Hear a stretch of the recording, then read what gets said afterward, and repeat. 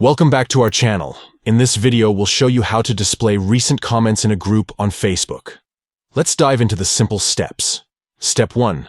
Open Facebook. Launch the Facebook application or visit the Facebook website in your browser. Step 2. From the left-hand side, click on Groups. This will take you to the Group section. Step 3.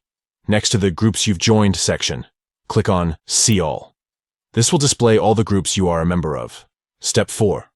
Locate the pinned group you want to show recent comments for. Click on the 3 dots next to the group name.